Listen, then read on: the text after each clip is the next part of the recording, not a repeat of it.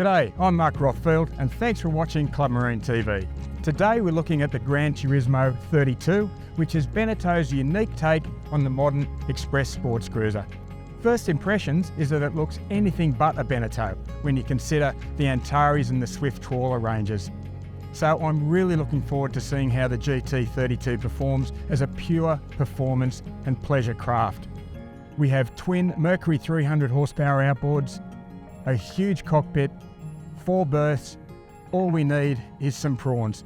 If that sounds like your kind of day, stay tuned.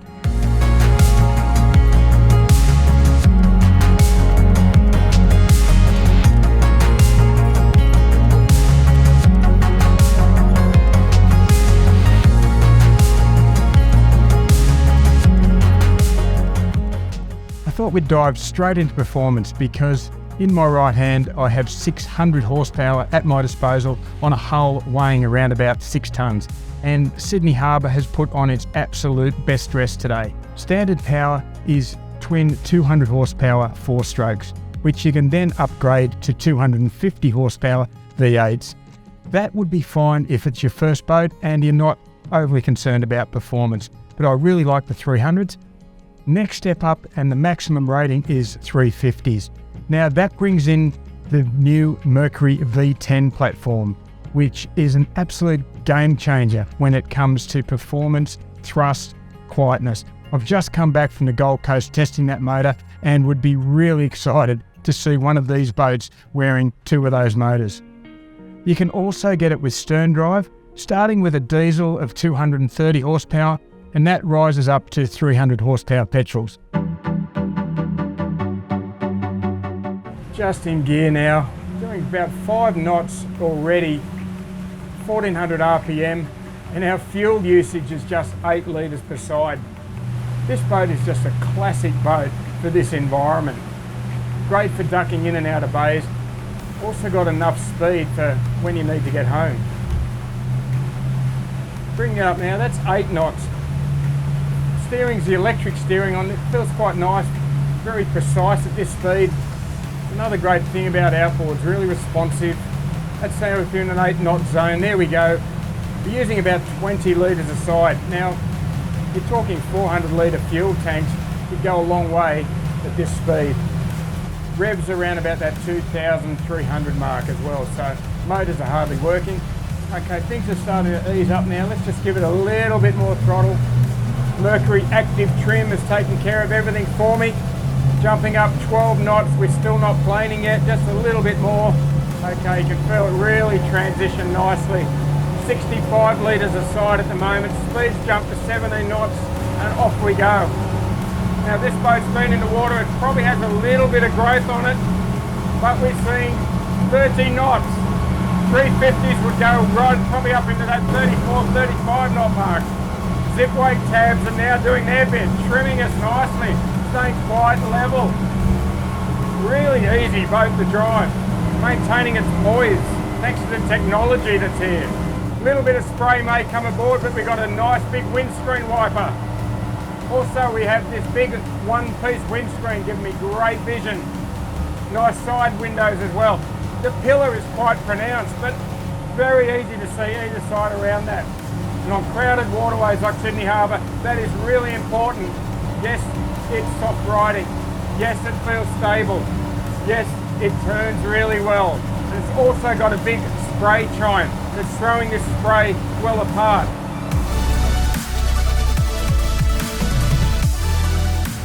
The hull has what Beneteau calls an air step 2, which is an air induction system that aerates the water flow underneath the aft sections and gives you that little bit of air cushioning and reduced friction.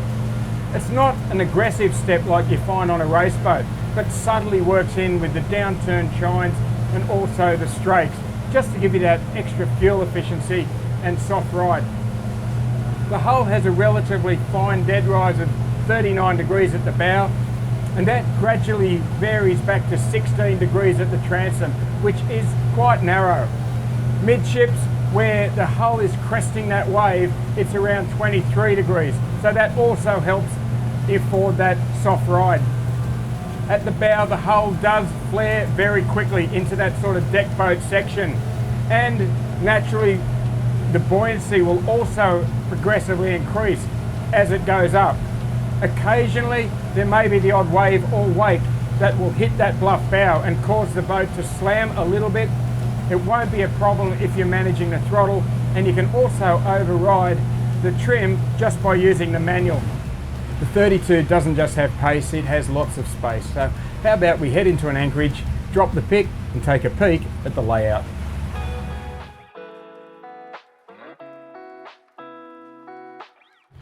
The boarding platform is action stations when you look at these beautiful Mercury 300 horsepower motors. The white cowlings are an additional cost, but don't they look fantastic alongside this dark blue-grey hull? They're quite slim motors, so that allows the installation to be relatively close together. I think if you added Mercury's new electric steering, the installation would look even more fantastic. Now, people do like a big boarding platform, and the stern drive does offer a full length one that is hard to beat. However, you're not really missing out on much here because they've added these pods aft. These are optional and they're fantastic when you step aboard, also for swimming, and they protect the motors. They give you pretty well as much space as the standard stern drive offers. A few other things to notice out here. Really like the fact that the petrol infills are out on the back here and to each side for those 400 litre tanks. That means you're not dragging fuel hoses into the cockpit when you're filling up. Power, everything is really accessible, your water. Plus over on the port side there's some storage which the Europeans use for a life raft, but here it's great for your hoses and maybe your diving gear. Moving into the cockpit, it's all one level from the boarding platform, so nice and easy. And there's a big wide gate here. This cockpit arrangement is actually borrowed from the Beneteau Flyer 10, which is a super-sized runabout. So you get that crossover hybrid between a big open day boat and an express cruiser for overnighting. Another thing you notice is there is no side decks. What that allows is for the cockpit to take up virtually the entire 11 foot or 3.35 metre beam. They say it's the same as on the old 40 footer, and space is a winner on the water. As you move in, first thing you notice is this wet bar, which has an electric barbecue. Now this boat runs a petrol genset, and that has enough power to run this 240 volt cooktop. There's also really nice sink here, and underneath you get a 12 volt fridge, so really nice and close to the dinette to hand over your drinks and your food. Speaking of dinettes, this is a huge U-shaped lounge arrangement that ends on the port side with a chaise lounge. This table actually drops so you can create a sunbed, as does this rear backrest, so it creates this huge space when you want to just lie down and relax.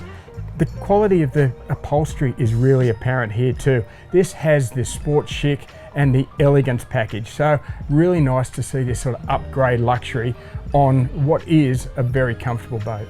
Cockpit storage is another strong point, which means you won't be taking too many things downstairs. Starts with a couple of hatches for your shore power leads. You have dedicated life jacket storage in this port locker, so nice and close when you ever need them. This underfloor hatch also lifts up. It would normally be your engine room, but thanks to those two big outboards on the back, it becomes a utility lazarette.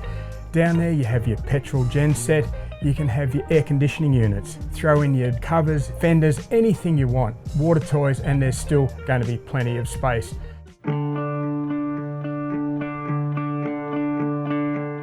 More bonus points to Beneteau for putting a twin-seater lounge up front facing forward. So being opposite the helm, it means 4 people can sit facing forwards. Now, if you need some cross-flow ventilation, nice big sliding windows here. Also this huge electric opening sunroof. At the same time, you get this nice wind protection from the screen.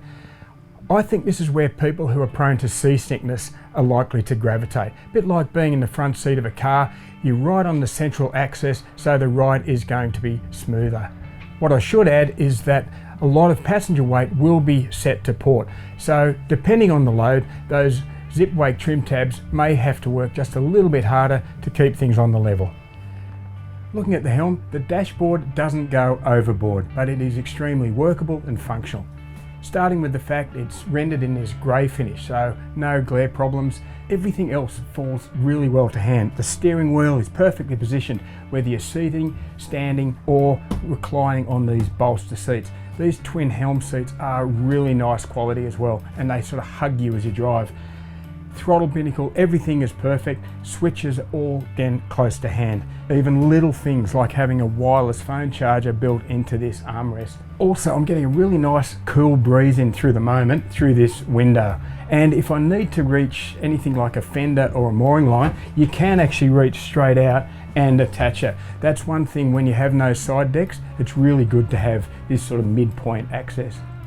If you've been wondering how to get to the bow, well, here's the answer. Built into the windscreen is this opening door and also a hatch.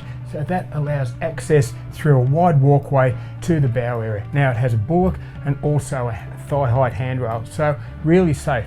Side decks on a boat of this size aren't always safe. Yes, you may have handholds, but you could also slip and you're in the drink. This way, you're nice and inboard and well protected.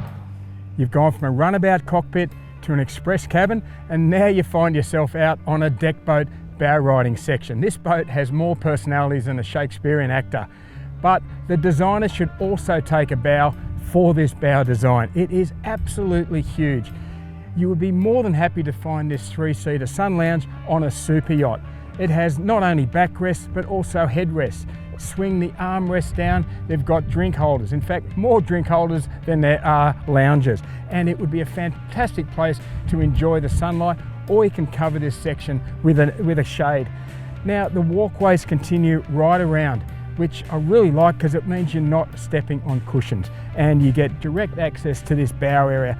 And wow, what a great setup. Really large and flat, so easy to operate. The anchor sits proud on its own sprit, and the chain comes back to its windlass. Then the chain literally just falls in the locker, so well away from hands, really safe and really fantastic design. You go from a bow rider to a comfortable cabin cruiser, and it all ties together. Honestly, cabins sometimes feel like an unexpected bonus on what is essentially a day boat. But the modern hull has so much volume and so much headroom that you can get a really comfortable layout. In this case, 4 berths, which I'll get to. The 32 has new hull windows, which gives you some great views, some ventilation, and also some natural light, which is supplemented by some halogens overhead. It all feels really nice and open and comfortable. The timber work is walnut. It ties in really nicely with sort of muted brown tones of the upholstery. Really French and really chic. Italian designer Pierangelo Andriani lent his styling flair to the 32's interior, and he's created a warm, welcoming environment where you might want to curl up with a book when you've had too much sun, or have a quiet drink and escape the cockpit crowd. 4 to 5 people can sit around this dinette, and it also converts into a very large bed. It's surrounded by storage, you have hanging lockers, and also a curtain draws across when you need privacy. To supplement the wet bar, it has a microwave oven and also a very good 12-volt fridge and some storage. Now, great to see a fully enclosed head compartment, which has its own walk-in shower cubicle. That slight hum you hear is the genset running the air conditioning unit on the 32, blowing a cool breeze over me, whereas outside it is 35 degrees today, so I highly recommend it. Right now I'm in the aft cabin, which is beneath the cockpit sole. They have quite good headroom down here and a good sized double bed, so more than adequate for 2 or 3 nights on the water. As I say, there is some ventilation comes through the side hatches and also above, but that air conditioner will really pay for itself on days like this.